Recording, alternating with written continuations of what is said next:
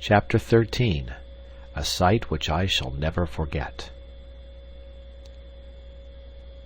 Just as the sun was setting upon that melancholy night, I saw the lonely figure of the Indian upon the vast plain beneath me, and I watched him, our one faint hope of salvation, until he disappeared in the rising mists of evening which lay, rose-tinted from the setting sun, between the far-off river and me. It was quite dark when I at last turned back to our stricken camp, and my last vision as I went was the red gleam of Zambo's fire, the one point of light in the wide world below, as was his faithful presence in my own shadowed soul.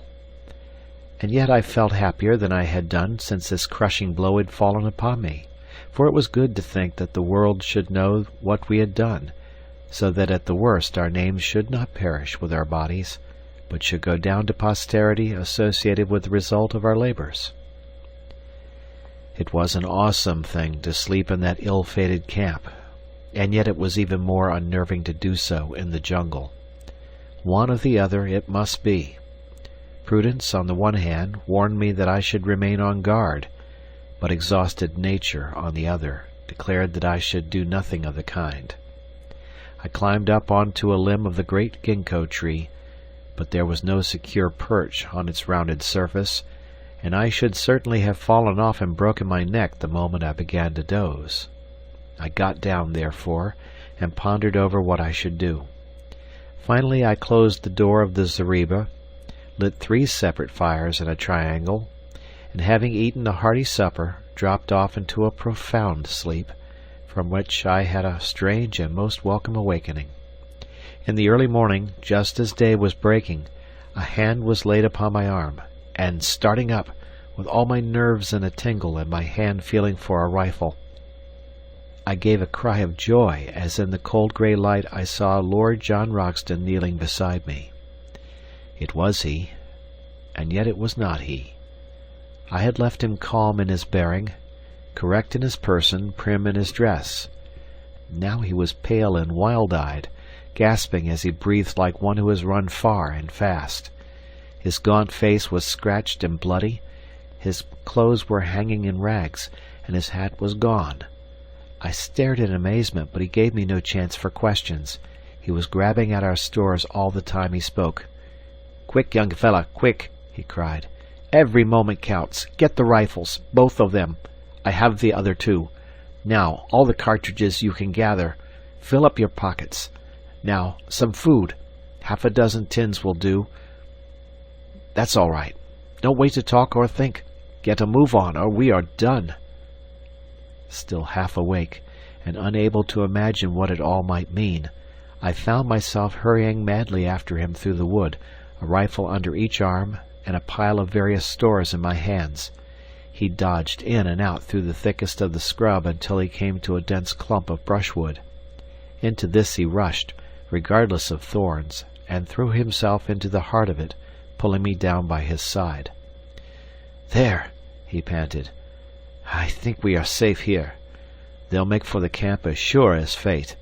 It will be their first idea, but this should puzzle 'em." "What is it all?" I asked when I had got my breath. "Where are the professors, and who is it that is after us?" "The ape-men!" he cried. "My God, what brutes! Don't raise your voice, for they have long ears. Sharp eyes, too, but no power of scent, so far as I could judge, so I don't think they can sniff us out. Where have you been, young fella? You were well out of it." In a few sentences I whispered what I had done. "Pretty bad," said he, when he had heard of the dinosaur and the pit. "It isn't quite the place for a rest cure, what? But I had no idea what its possibilities were until those devils got hold of us. The man-eating Papuans had me once, but they are Chesterfields compared to this crowd." "How did it happen?" I asked. "It was in the early morning. Our learned friends were just stirring. Hadn't even begun to argue yet. Suddenly it rained apes. They came down as thick as apples out of a tree.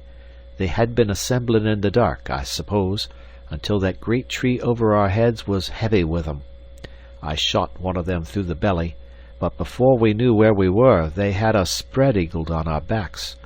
I called them apes, but they carried sticks and stones in their hands and jabbered talk to each other, and ended up by tying our hands with creepers. So they are ahead of any beast that I have seen in my wanderings. Ape-men, that's what they are, missin' links, and I wish they had stayed missin'. They carried off their wounded comrade. He was bleedin' like a pig. And then they sat around us, and if ever I saw frozen murder, it was in their faces. They were big fellows, as big as a man, and a deal stronger. Curious glassy grey eyes they have, under red tufts, and they just sat and gloated and gloated. Challenger is no chicken, but even he was cowed. He managed to struggle to his feet, and yelled out at them to have done with it and get it over. I think he had gone a bit off his head at the suddenness of it, for he raged and cursed at them like a lunatic. If they had been a row of his favourite pestmen, he could not have slanged them worse. Well, what did they do? I was enthralled by the strange story which my companion was whispering into my ear, while all the time his keen eyes were shooting in every direction, and his hand grasping his cocked rifle. I thought it was the end of us, but instead of that it started them on a new line. They all jabbered and chattered together. Then one of them stood out beside Challenger. You'll smile, young fellow, but upon my word they might have been kinsmen. I couldn't have believed it if I hadn't seen it with my own eyes. This old ape-man, he was their chief, was a sort of red Challenger, with every one of our friend's beauty points, only just a trifle more so. He had the short body, the big shoulders, the round chest, no neck, a great ruddy frill of a beard, the tufted eyebrows, the "What do you want, damn you?" look about the eyes, and the whole catalogue. When the ape-man stood by Challenger and put his paw on his shoulder, the thing was complete. Summerlee was a bit hysterical, and he laughed till he cried. The ape-men laughed too, or at least they put up the devil of a cacklin', and they set to work to drag us off through the forest. They wouldn't touch the guns and things, thought them dangerous, I expect, but they carried away all our loose food. Summerlee and I got some rough handlin' on the way. There's my skin and my clothes to prove it, for they took us a bee-line through the brambles, and their own hides are like leather. But Challenger was all right. 4 of them carried him shoulder high, and he went like a Roman emperor. What's that? It was a strange clicking noise in the distance, not unlike castanets. There they go, said my companion, slipping cartridges into the second double-barreled express. Load them all up, young fellow, my lad, for we're not going to be taken alive, and don't you think it. That's the row they make when they are excited. By George, they'll have something to excite them if they put us up. The last stand of the Greys won't be in it, with their rifles grasped in their stiffened hands mid a ring of the dead and dyin', as some fathead sings. Can you hear them now? Very far away. That little lot will do no good, but I expect their search parties are all over the wood. Well, I was telling you my tale of woe. They got us soon to this town of theirs, about 1,000 huts of branches and leaves, and a great grove of trees near the edge of the cliff. It's 3 or 4 miles from here. The filthy beasts fingered me all over, and I feel as if I should never be clean again. They tied us up. The fellow who handled me could tie like a bo'sun, and there we lay with our toes up beneath a tree, while a great brute stood guard over us with a club in his hand. When I say we, I mean Summerlee and myself. Old Challenger was up a tree, eating pines and having the time of his life. I'm bound to say that he managed to get some fruit to us, and with his own hands he loosened our bonds. If you'd seen him sitting up in that tree hobnobbing with his twin brother, and singing in that rollin' bass of his, "Ring out, wild bells," 'cause music of any kind seemed to put 'em in a good humor, you'd have smiled. But we weren't in much mood for laughin', as you can guess. They were inclined, within limits, to let him do what he liked, but they drew the line pretty sharply at us. It was a mighty consolation to us all to know that you were running loose and had the archives in your keeping. Well now, young fella, I'll tell you what will surprise you. You say you saw signs of men, and fires, traps, and the like. Well, we have seen the natives themselves. Poor devils they were, down-faced little chaps, and had enough to make them so. It seems that the humans hold one side of this plateau, over yonder where you saw the caves, and the ape-men hold this side, and there is bloody war between them all the time. That's the situation, so far as I could follow it. Well, yesterday the ape-men got hold of a dozen of the humans and brought them in as prisoners.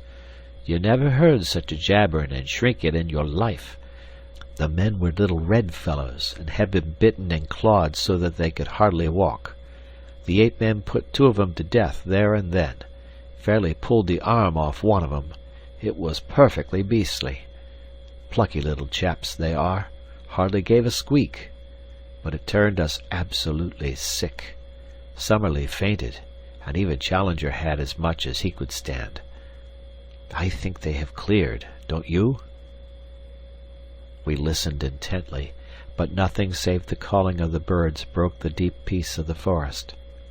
Lord Roxton went on with his story. I think you have had the escape of your life, young fella, my lad. It was catching those Indians that put you clean out of their heads, else they would have been back to the camp for you, as sure as fate and gathered you in. Of course, as you said, they have been watching us from the beginning out of that tree, and they knew perfectly well that we were one short. However, they could think only of this new haul, so it was I, and not a bunch of apes, that dropped in on you in the morning. Well, we had a horrid business afterwards. My God, what a nightmare the whole thing is. You remember the great bristle of sharp canes down below where we found the skeleton of the American? Well, that is just under Ape Town, and that's the jumping-off place of their prisoners. I expect there's heaps of skeletons there, if we looked for 'em. They have a sort of clear parade ground on the top. They make a proper ceremony about it. One by one the poor devils have to jump, and the game is to see whether they are merely dashed to pieces, or whether they get skewered on the canes. They took us out to see it, and the whole tribe lined up on the edge. 4 of the Indians jumped, and the canes went through 'em like knitting needles through a pat of butter. No wonder we found that poor Yankee's skeleton with the canes growing between his ribs. It was horrible, but it was deucedly interesting, too. We were all fascinated to see them take the dive, even when we thought it would be our turn next on the springboard. Well, it wasn't. They kept 6 of the Indians up for today. That's how I understood it. But I fancy we were to be the star performers in the show. Challenger might get off, but Summerlee and I were in the bill. Their language is more than half signs, and it was not hard to follow them. So I thought it was time we made a break for it. I had been plotting it out a bit, had 1 or 2 things clear in my mind. It was all on me, for Summerlee was useless, and Challenger not much better. The only time they got together they got slanging because they couldn't agree upon the scientific classification of these red-headed devils that had got hold of us. One said it was the Dryopithecus of Java, the other said it was Pithecanthropus. Madness, I call it. Loonies, both. But, as I say, I had thought out 1 or 2 points that were helpful. One was that these brutes could not run as fast as a man in the open. They have short, bandy legs, you see, and heavy bodies. Even Challenger could give a few yards in 100 to the best of them, and you or I would be a perfect shrub. Another point was that they knew nothing about guns. I don't believe they ever understood how the fellow I shot came by his hurt. If we could get at our guns, there was no saying what we could do. So I broke away early this morning, gave my guard a kick in the tummy that laid him out, and sprinted for the camp. There I got you and the guns, and here we are. "But the professors!" I cried in consternation. "Well, we must just go back and fetch 'em. I couldn't bring 'em with me. Challenger was up the tree. Summerlee was not fit for the effort. The only chance was to get the guns and try a rescue. Of course they may scupper them at once in revenge. I don't think they would touch Challenger, but I wouldn't answer for Summerlee. But they would have had him in any case. Of that I am certain. So I haven't made matters any worse by bolting. But we are honor bound to go back and have them out or see it through with them. So you can make up your soul, young fellow my lad, for it will be one way or the other before evening." I have tried to imitate here Lord Roxton's jerky talk, his short, strong sentences, the half-humorous, half-reckless tone that ran through it all. But he was a born leader. As danger thickened, his jaunty manner would increase, his speech become more racy, his cold eyes glitter into ardent life, and his Don Quixote mustache bristle with joyous excitement.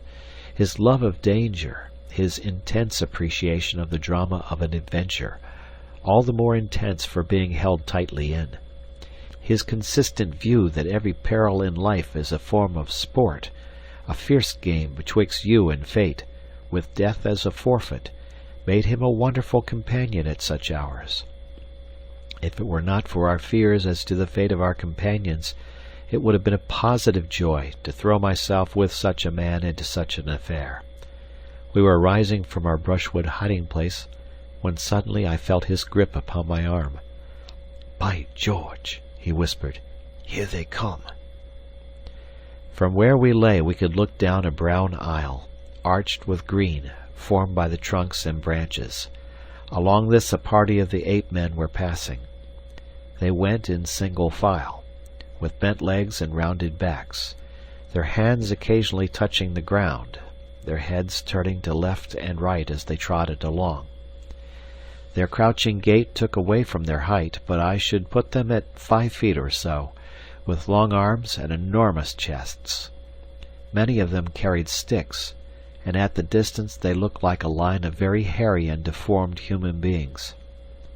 For a moment I caught this clear glimpse of them, then they were lost among the bushes. "Not this time," said Lord John, who had caught up his rifle.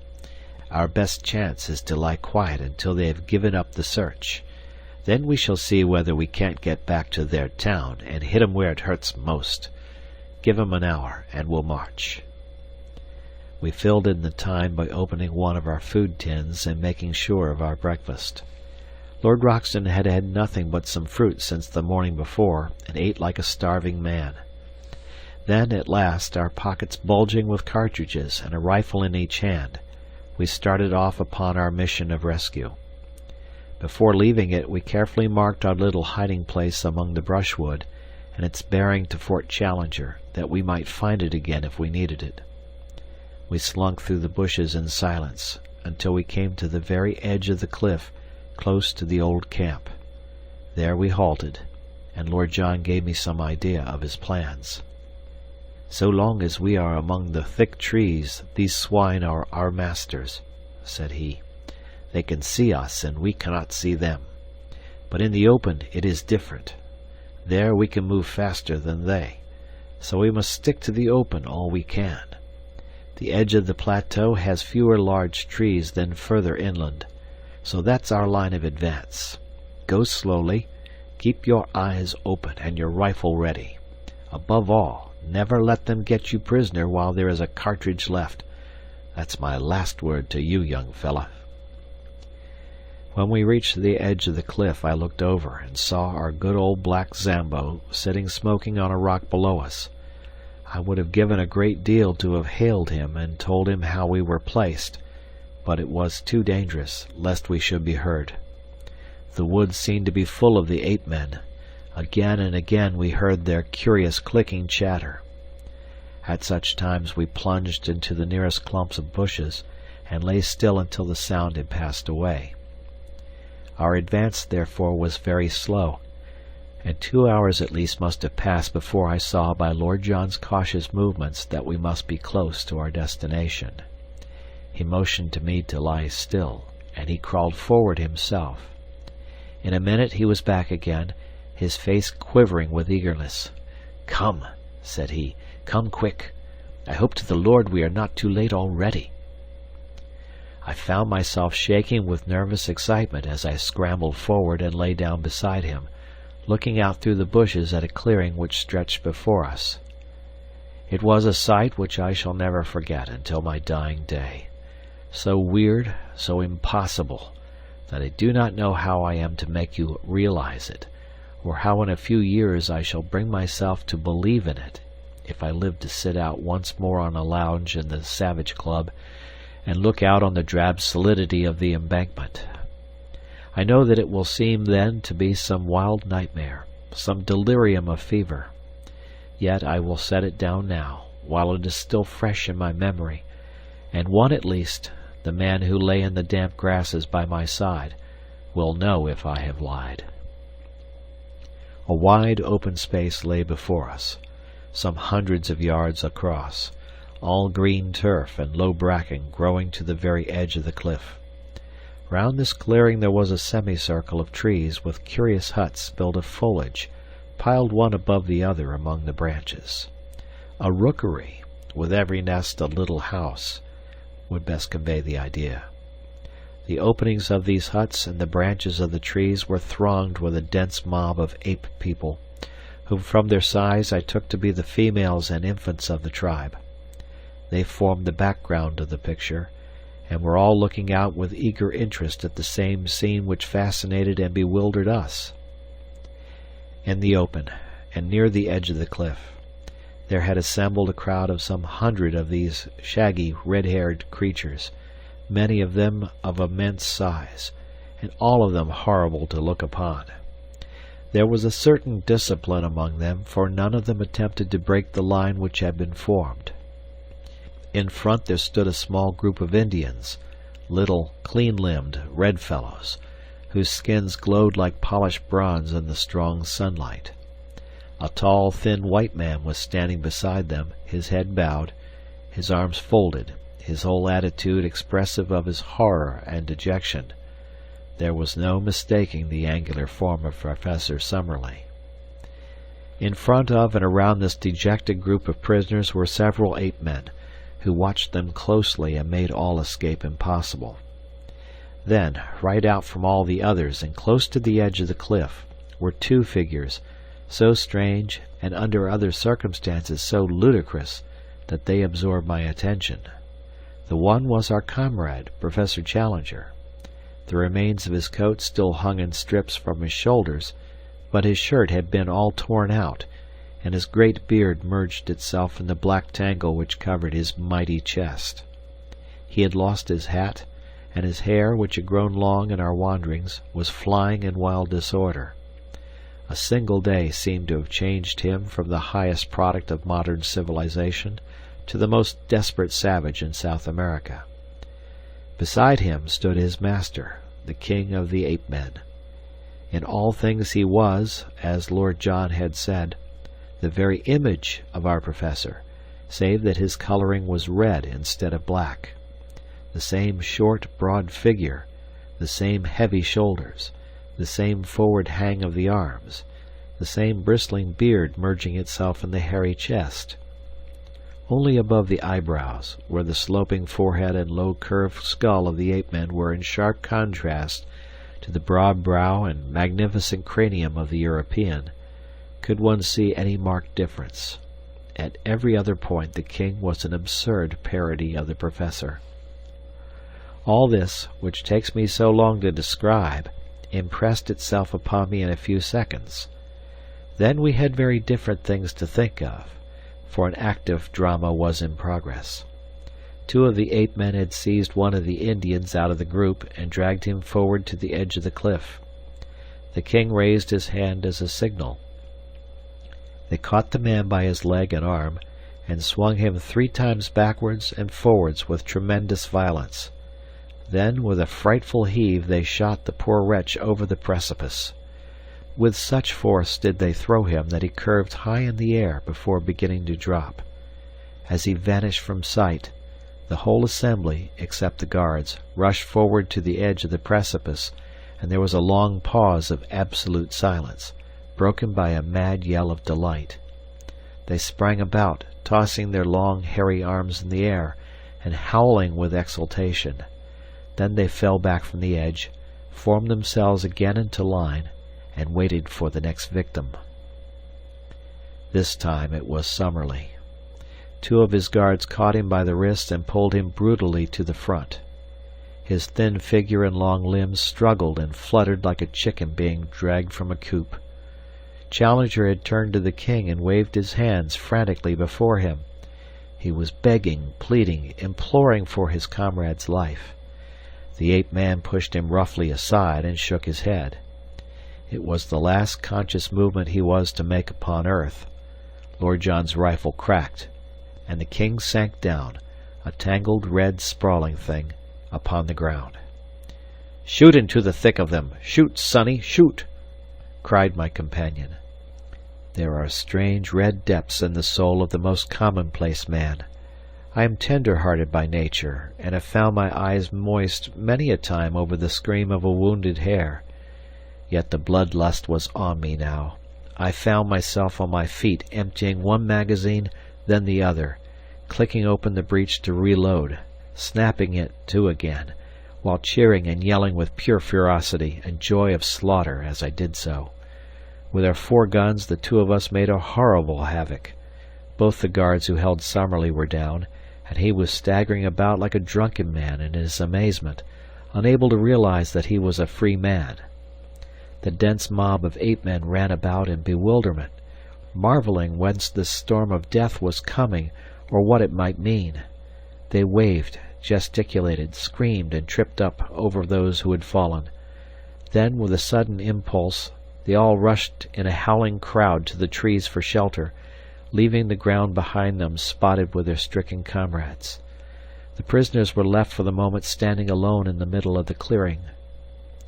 Challenger's quick brain had grasped the situation. He seized the bewildered Summerlee by the arm, and they both ran towards us. 2 of their guards bounded after them and fell to 2 bullets from Lord John. We ran forward into the open to meet our friends, and pressed a loaded rifle into the hands of each. But Summerlee was at the end of his strength. He could hardly totter. Already the ape-men were recovering from their panic. They were coming through the brushwood and threatening to cut us off.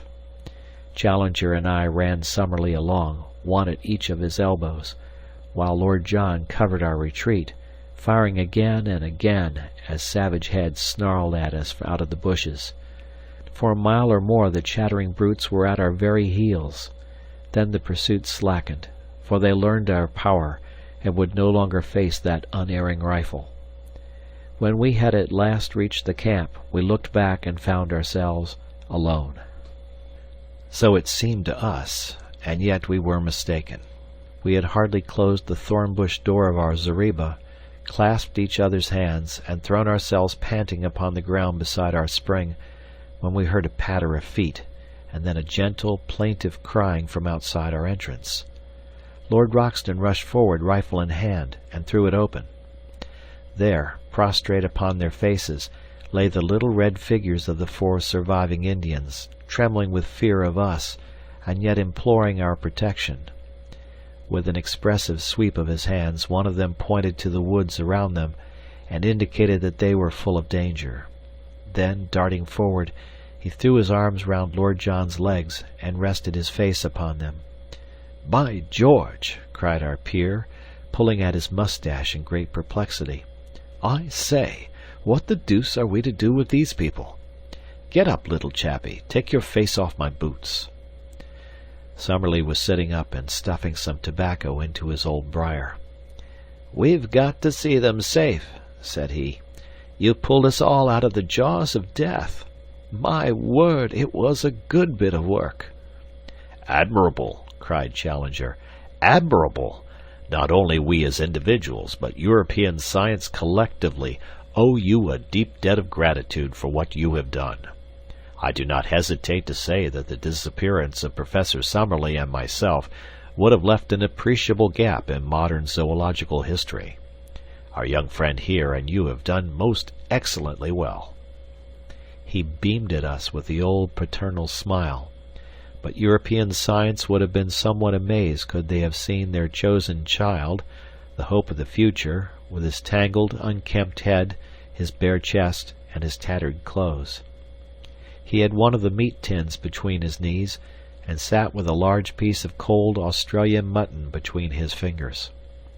The Indian looked up at him, and then with a little yelp, cringed to the ground and clung to Lord John's leg. "Don't you be scared, my bonny boy," said Lord John, patting the matted head in front of him. "He can't stick your appearance, Challenger, and by George, I don't wonder.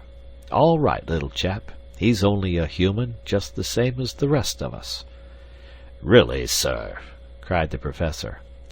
"Well, it's lucky for you, Challenger, that you are a little out of the ordinary. If you hadn't been so like the king—" "Upon my word, Lord John, you allow yourself great latitude." "Well, it's a fact." "I beg, sir, that you will change the subject. Your remarks are irrelevant and unintelligible. The question before us is what are we to do with these Indians? The obvious thing is to escort them home if we knew where their home was." "There is no difficulty about that," said I. "They live in the caves on the other side of the central lake. Our young friend here knows where they live. I gather that it is some distance." "A good 20 miles," said I. Summerlee gave a groan. "I, for one, could never get there. Surely I hear those brutes still howling upon our track." As he spoke, from the dark recesses of the woods we heard far away the jabbering cry of the ape-men. The Indians once more set up a feeble wail of fear. "We must move, and move quick," said Lord John. "You help Summerlee, young fella. These Indians will carry stores. Now then, come along before they can see us." In less than half an hour we had reached our brushwood retreat and concealed ourselves. All day we heard the excited calling of the ape-men in the direction of our old camp, but none of them came our way, and the tired fugitives, red and white, had a long, deep sleep. I was dozing myself in the evening when someone plucked my sleeve, and I found Challenger kneeling beside me. "You keep a diary of these events, and you expect eventually to publish it, Mr. Malone," said he with solemnity. "I am only here as a press reporter," I answered. "Exactly. You may have heard some rather fatuous remarks of Lord John Roxton's, which seemed to imply that there was some resemblance." "Yes, I heard them." "I need not say that any publicity given to such an idea, any levity in your narrative of what occurred, would be exceedingly offensive to me." "I will keep well within the truth." "Lord John's observations are frequently exceedingly fanciful, and he is capable of attributing the most absurd reasons to the respect which is already shown by the most undeveloped races to dignity and character. You follow my meaning?" "Entirely." "I'll leave the matter to your discretion." Then, after a long pause, he added, "The king of the ape-men was really a creature of great distinction, a most remarkably handsome and intelligent personality. Did it not strike you?" "A most remarkable creature," said I. And the Professor, much eased in his mind, settled down to his slumber once more. End of chapter.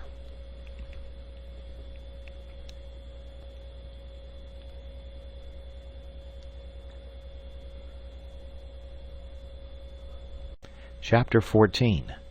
Those were the real conquests. We had imagined that our pursuers, the ape-men, knew nothing of our brushwood hiding place, but we were soon to find out our mistake. There was no sound in the woods, not a leaf moved upon the trees, and all was peace around us, but we should have been warned by our first experience how cunningly and how patiently these creatures can watch and wait until their chance comes. Whatever fate may be mine through life, I am very sure that I shall never be nearer death than I was that morning. But I will tell you the thing in its due order. We all awoke exhausted after the terrific emotions and scanty food of yesterday. Summerlee was still so weak that it was an effort for him to stand, but the old man was full of a sort of surly courage which would never admit defeat. A council was held, and it was agreed that we should wait quietly for an hour or two where we were, have our much-needed breakfast, and then make our way across the plateau and round the central lake to the caves where my observations had shown that the Indians lived. We relied upon the fact that we could count upon the good word of those whom we had rescued to ensure a warm welcome from their fellows. Then, with our mission accomplished and possessing a fuller knowledge of the secrets of Maple White Land, we should turn our whole thoughts to the vital problem of our escape and return. Even Challenger was ready to admit that we should then have done all for which we had come, and that our first duty from that time onwards was to carry back to civilization the amazing discoveries we had made. We were able now to take a more leisurely view of the Indians whom we had rescued. They were small men, wiry, active, and well-built, with lank black hair tied up in a bunch behind their heads with a leathern thong, and leathern also were their loincloths. Their faces were hairless, well-formed, and good-humored. The lobes of their ears, hanging ragged and bloody, showed that they had been pierced for some ornaments which their captors had torn out. Their speech, though unintelligible to us, was fluent among themselves, and as they pointed to each other and uttered the word Akala many times over, we gathered that this was the name of the nation. Occasionally, with faces which were convulsed with fear and hatred, they shook their clenched hands at the woods round and cried, "Doda! Doda!" which was surely their term for their enemies. "What do you make of them, Challenger?" asked Lord John. "One thing is very clear to me, and that is that the little chap with the front of his head shaved is a chief among them." It was indeed evident that this man stood apart from the others, and that they never ventured to address him without every sign of deep respect. He seemed to be the youngest of them all, and yet, so proud and high was his spirit that, upon Challenger laying his great hand upon his head, he started like a spurred horse and, with a quick flash of his dark eyes, moved farther away from the professor. Then, placing his hand upon his breast and holding himself with great dignity, he uttered the word "Meritus" several times. The professor, unabashed, seized the nearest Indian by the shoulder and proceeded to lecture upon him as if he were a potted specimen in a classroom. "The type of these people," said he in his sonorous fashion, "whether judged by cranial capacity, facial angle, or any other test, cannot be regarded as a low one. On the contrary, we must place it as considerably higher in the scale than many South American tribes which I can mention. On no possible supposition can we explain the evolution of such a race in this place. For that matter, so great a gap separates these ape-men from the primitive animals which have survived upon this plateau, that it is inadmissible to think that they could have developed where we find them." "Then where the deuce did they drop from?" asked Lord John. "A question which will, no doubt, be eagerly discussed in every scientific society in Europe and America," the professor answered. "My own reading of the situation for what it is worth," he inflated his chest enormously and looked insolently around him at the words, "is that evolution has advanced under the peculiar conditions of this country up to the vertebrate stage, the old types surviving and living on in company with the newer ones. Thus we find such modern creatures as the tapir, an animal with quite a respectable length of pedigree, the great deer, and the anteater in the companionship of reptilian forms of Jurassic type. So much is clear. And now come the ape-men and the Indian. What is the scientific mind to think of their presence? I can only account for it by an invasion from outside. It is probable that there existed an anthropoid ape in South America, who in past ages found his way to this place, and that he developed into the creatures we have seen, some of which," here he looked hard at me, "were of an appearance and shape which, If it had been accompanied by corresponding intelligence, would, I do not hesitate to say, have reflected credit upon any living race. As to the Indians, I cannot doubt that they are more recent immigrants from below. Under the stress of famine or of conquest, they have made their way up here. Faced by ferocious creatures which they had never before seen, they took refuge in the caves which our young friend has described. But they have no doubt had a bitter fight to hold their own against wild beasts, and especially against the ape-men who would regard them as intruders, and wage a merciless war upon them with a cunning which the larger beasts would lack. Hence the fact that their numbers appear to be limited. Well, gentlemen, have I read you the riddle aright, or is there any point which you would query?" Professor Summerlee for once was too depressed to argue, though he shook his head violently as a token of general disagreement. Lord John merely scratched his scanty locks with the remark that he couldn't put up a fight as he wasn't in the same weight or class. For my own part, I performed my usual role of bringing things down to a strictly prosaic and practical level by the remark that one of the Indians was missing. "He has gone to fetch some water," said Lord Roxton. "We fitted him up with an empty beef tin, and he is off." "To the old camp?" I asked. "No, to the brook. It's among the trees there. It can't be more than a couple of 100 yards, but the beggar is certainly taking his time." "I'll go and look after him," said I. I picked up my rifle and strolled in the direction of the brook, leaving my friends to lay out the scanty breakfast. It may seem to you rash that even for so short a distance I should quit the shelter of our friendly thicket, but you will remember that we were many miles from Ape Town, that so far as we knew the creatures had not discovered our retreat, and that in any case with a rifle in my hands I had no fear of them. I had not yet learned their cunning or their strength. I could hear the murmur of our brook somewhere ahead of me, but there was a tangle of trees and brushwood between me and it. I was making my way through this at a point which was just out of sight of my companions, when under one of the trees I noticed something red huddled among the bushes. As I approached it, I was shocked to see that it was the dead body of the missing Indian. He lay upon his side, his limbs drawn up, and his head screwed round at a most unnatural angle, so that he seemed to be looking straight over his own shoulder. I gave a cry to warn my friends that something was amiss, and running forwards I stooped over the body. Surely my guardian angel was very near me then, for some instinct of fear, or it may have been some faint rustle of leaves, made me glance upwards.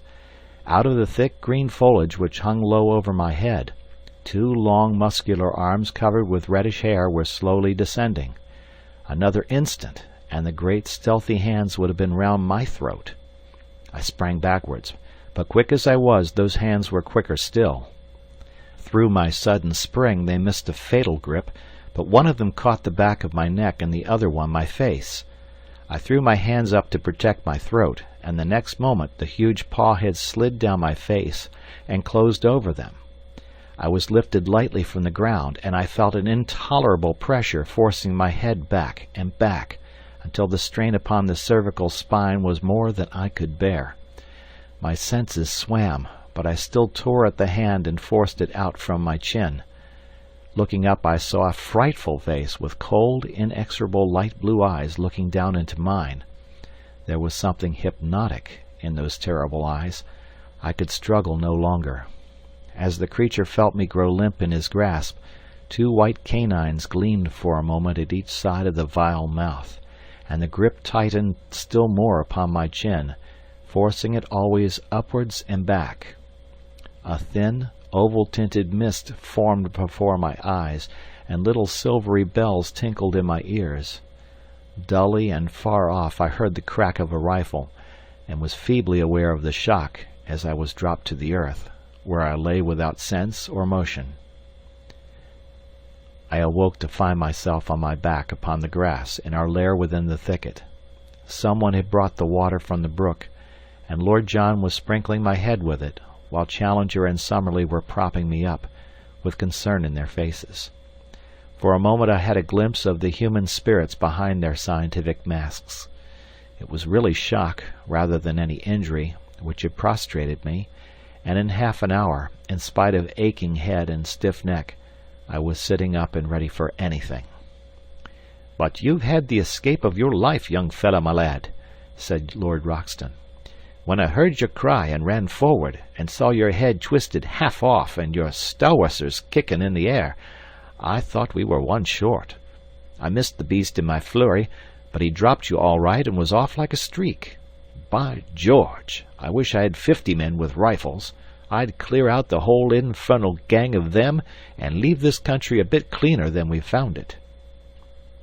It was clear now that the ape-men had in some way marked us down, and that we were watched on every side. We had not so much to fear from them during the day, but they would be very likely to rush us by night, so the sooner we got away from their neighborhood, the better. On 3 sides of us was absolute forest, and there we might find ourselves in an ambush. But on the 4th side, that which sloped down in the direction of the lake, there was only low scrub, with scattered trees and occasional open glades. It was, in fact, the route which I had myself taken in my solitary journey, and it led us straight for the Indian caves. This, then, must for every reason be our road. One great regret we had, and that was to leave our old camp behind us, not only for the sake of the stores which remained there, but even more because we were losing touch with Zambo, our link with the outside world. However, we had a fair supply of cartridges and all our guns, so for a time at least we could look after ourselves, and we hoped soon to have a chance of returning and restoring our communications with our negro. He had faithfully promised to stay where he was, and we had not a doubt that he would be as good as his word. It was in the early afternoon that we started upon our journey. The young chief walked at our head as our guide, but refused indignantly to carry any burden. Behind him came the 2 surviving Indians with our scanty possessions upon their backs. We 4 white men walked in the rear with rifles loaded and ready.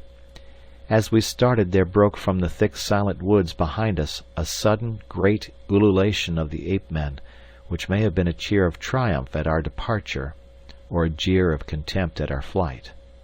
Looking back, we saw only the dense screen of trees, but that long-drawn yell told us how many of our enemies lurked among them. We saw no signs of pursuit, however, and soon we had got into more open country and beyond their power. As I tramped along, the rearmost of the 4, I could not help smiling at the appearance of my 3 companions in front. Was this the luxurious Lord John Roxton who had sat that evening in the Albany amidst his Persian rugs and his pictures in the pink radiance of the tinted lights? And was this the imposing professor who had swelled behind the great desk in his massive study at Enmore Park? And finally, could this be the austere and prim figure which had risen before the meeting at the Zoological Institute? No 3 tramps that one could have met in a Surrey lane could have looked more hopeless and bedraggled. We had, it is true, been only a week or so upon the top of the plateau, but all our spare clothing was in our camp below, and the 1 week had been a severe one upon us all, though least to me, who had not to endure the handling of the ape-men. My 3 friends had all lost their hats, and had now bound handkerchiefs round their heads. Their clothes hung in ribbons about them, and their unshaven, grimy faces were hardly to be recognized. Both Summerlee and Challenger were limping heavily, while I still dragged my feet from weakness after the shock of the morning, and my neck was as stiff as a board from the murderous grip that held it.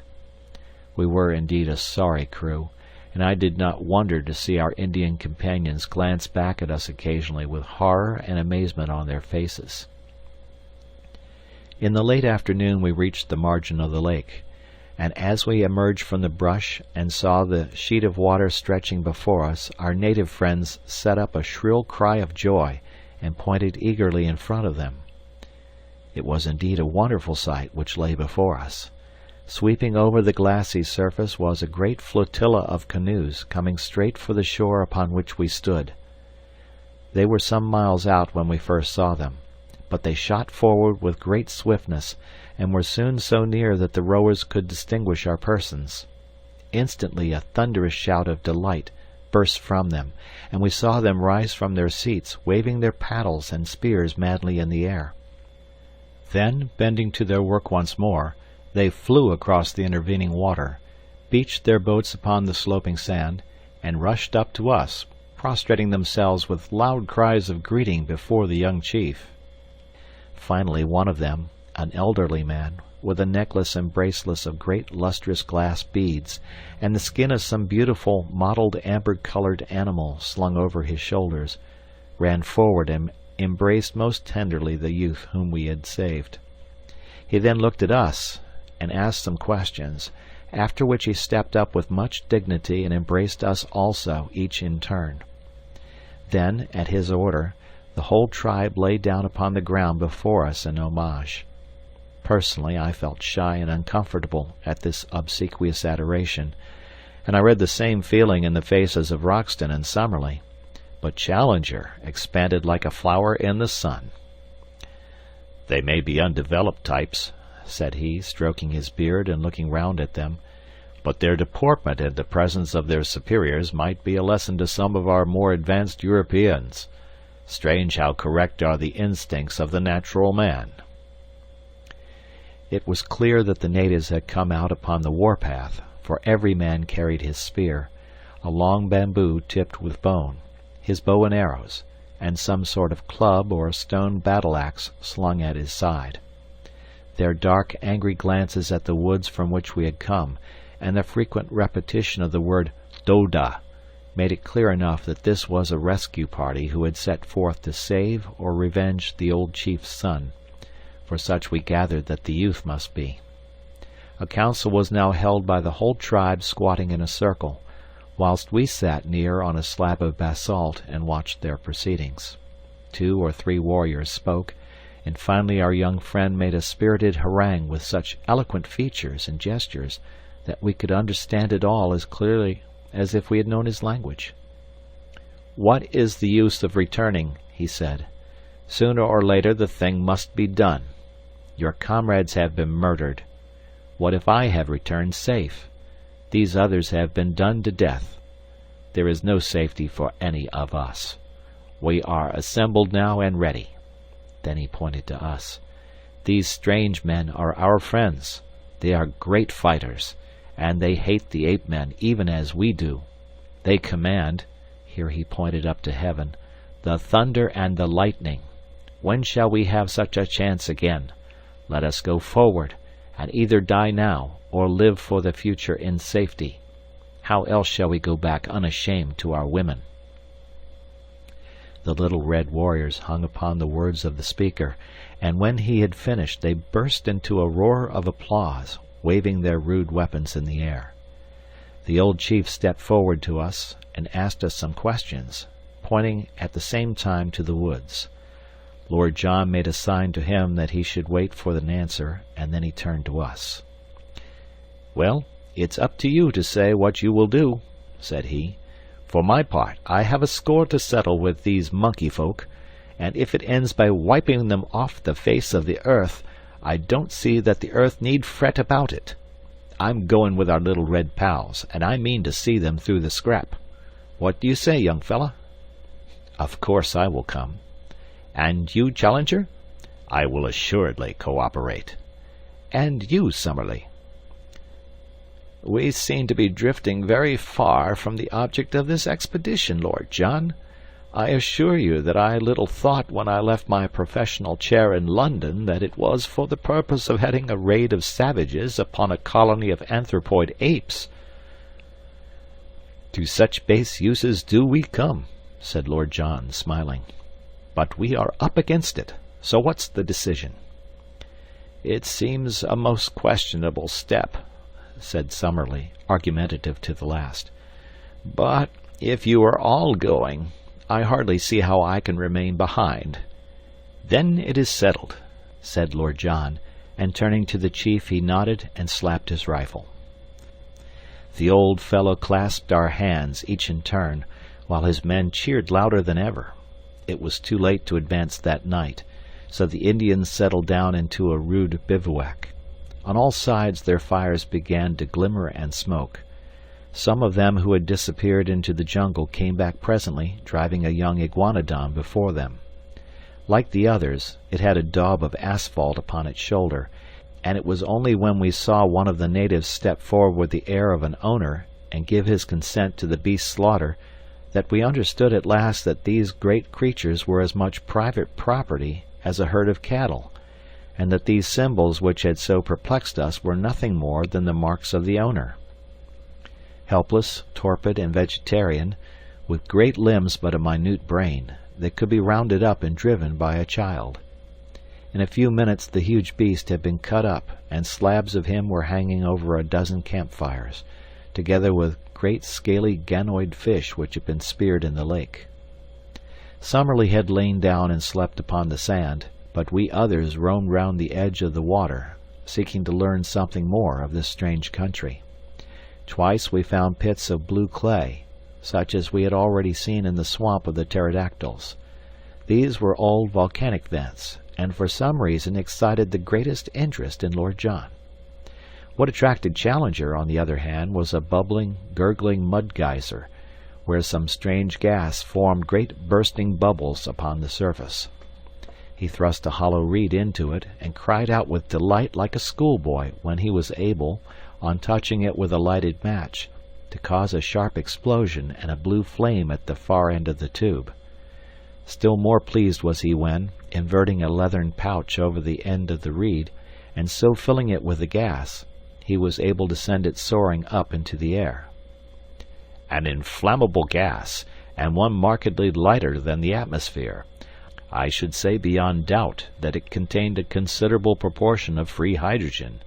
The resources of GEC are not yet exhausted, my young friend.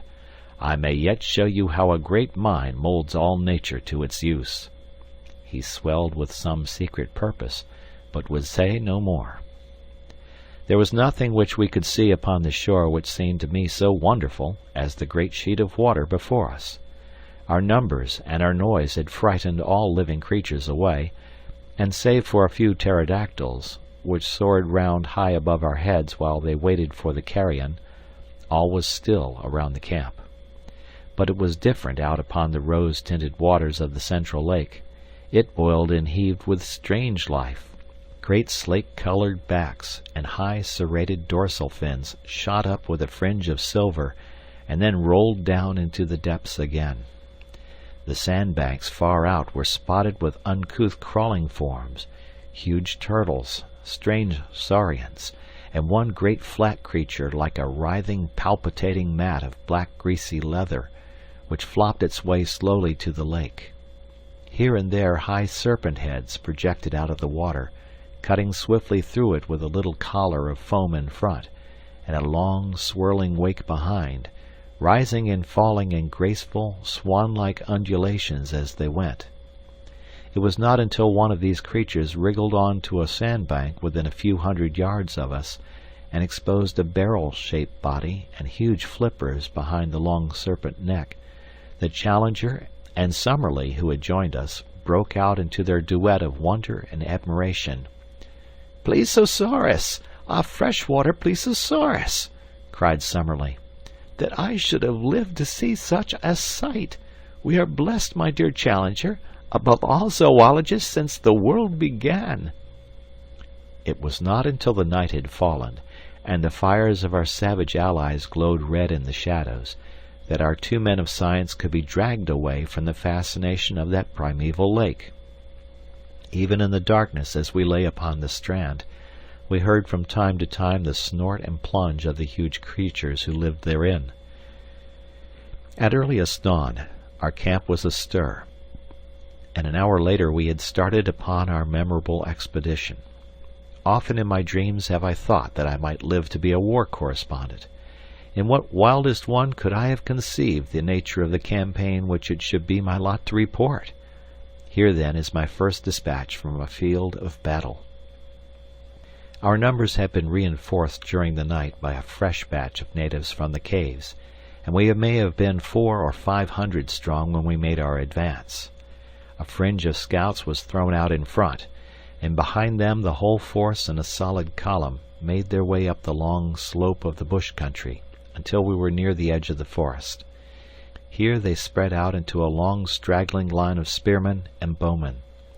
Roxton and Summerlee took their position upon the right flank, while Challenger and I were on the left.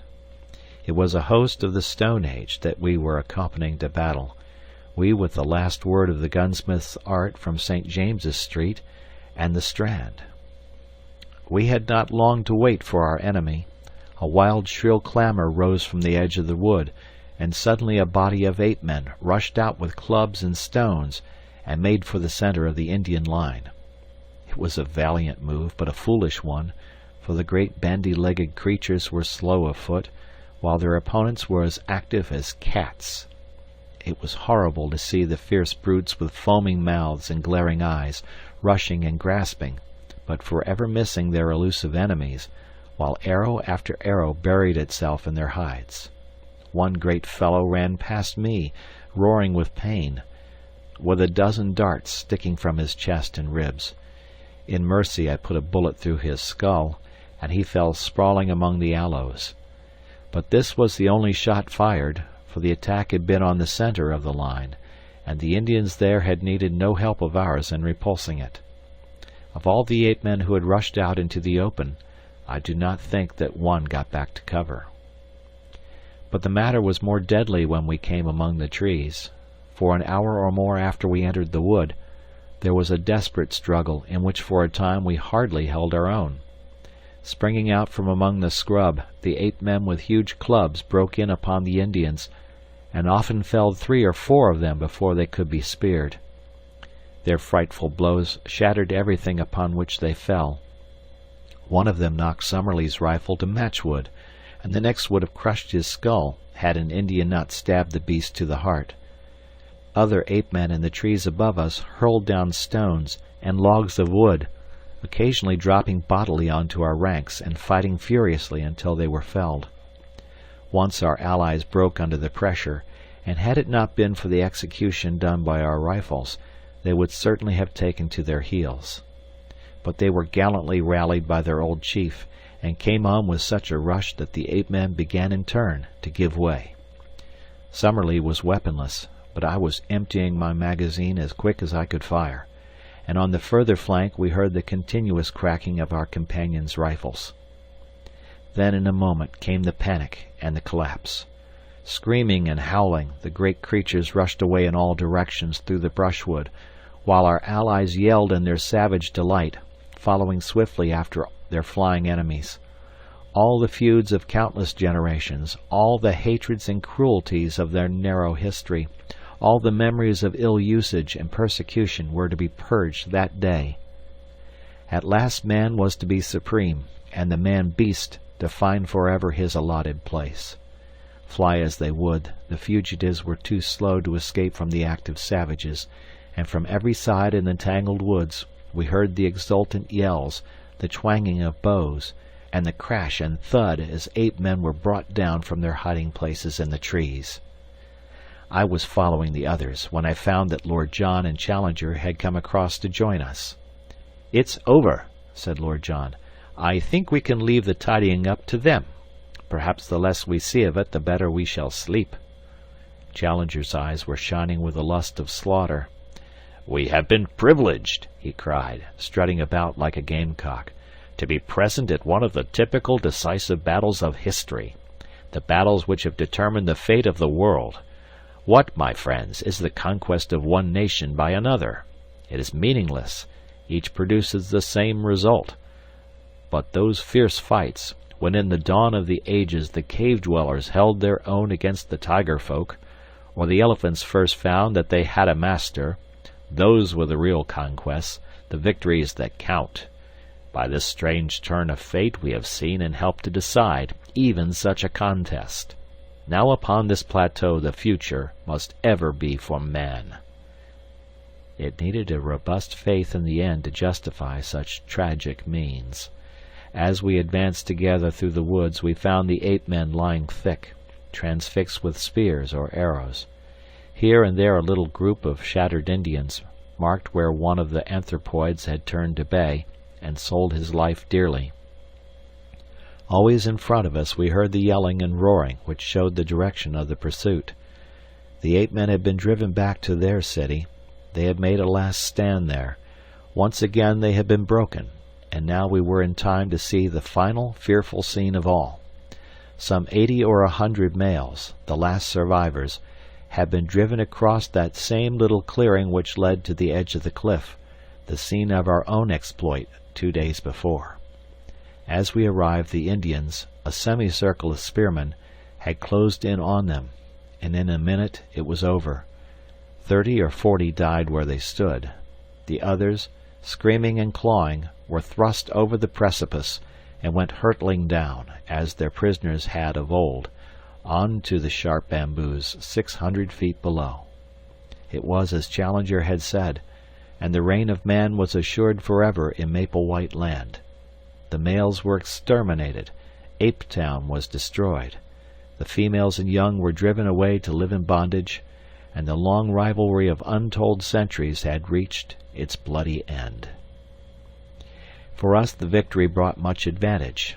Once again we were able to visit our camp and get at our stores.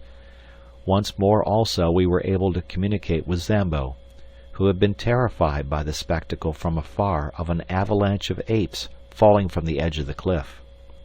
"Come away, massas, come away!" he cried, his eyes starting from his head. "The devil get you sure if you stay up there." "It is the voice of sanity," said Summerlee with conviction. "We have had adventures enough, and they are neither suitable to our character or to our position. I hold you to your word, Challenger. From now onwards you devote your energies to getting us out of this horrible country and back once more to civilization." End of chapter.